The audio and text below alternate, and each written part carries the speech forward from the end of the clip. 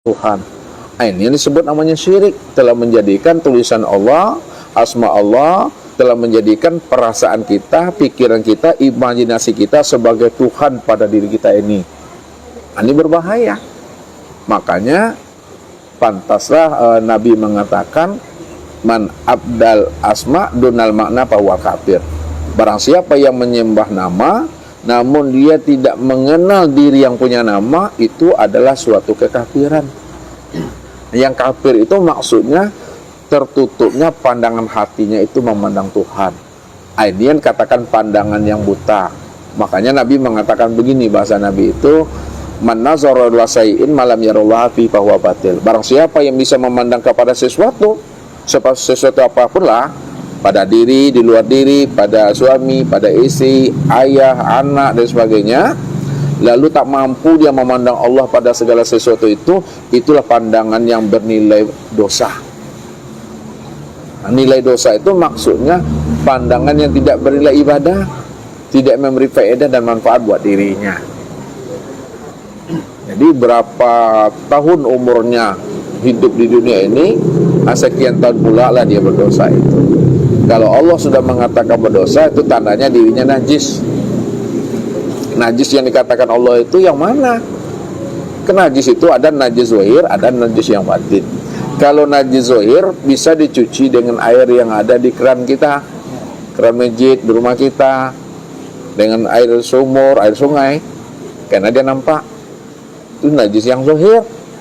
Tapi kalau najis batin, 7 samudera kita membersihkan najis batin itu tak pernah dia bersih.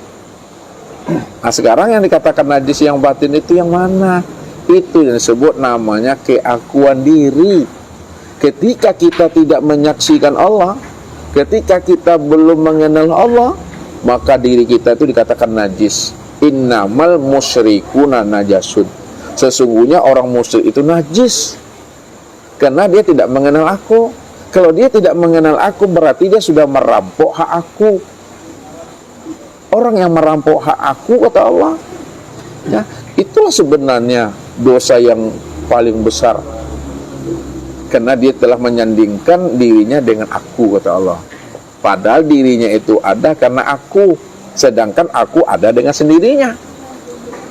Jangan kita itu merasa ada pula diri kita di hadapan Allah.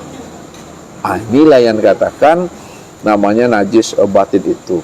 Ustaz, bertanya Ustaz, kita menyebut Allah, tentu kita harus tahu Ustaz, kapan Allah itu bernama Ustaz. Sementara Allah itu berdiri dengan sendirinya. Kan kita ini dari dulu, berarti kalau setelah Ustaz menjelaskan, kita ini kan tidak pernah ada. Lalu yang saya tanyakan, kapan Allah itu bernama Ustaz? Agar kita paham, tahu bahwasanya hanya Allah semata yang ada. Tentu kita harus tahu Allah itu yang mana, kapan Allah itu bernama. Ustaz, penjelasannya. Iya.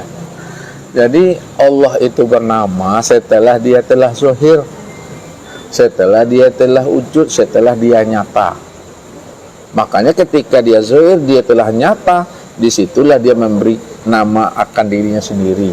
Jadi nama Allah itu nama yang Allah sendiri yang memberi nama, bukan nama yang dihantarkan kepada dirinya.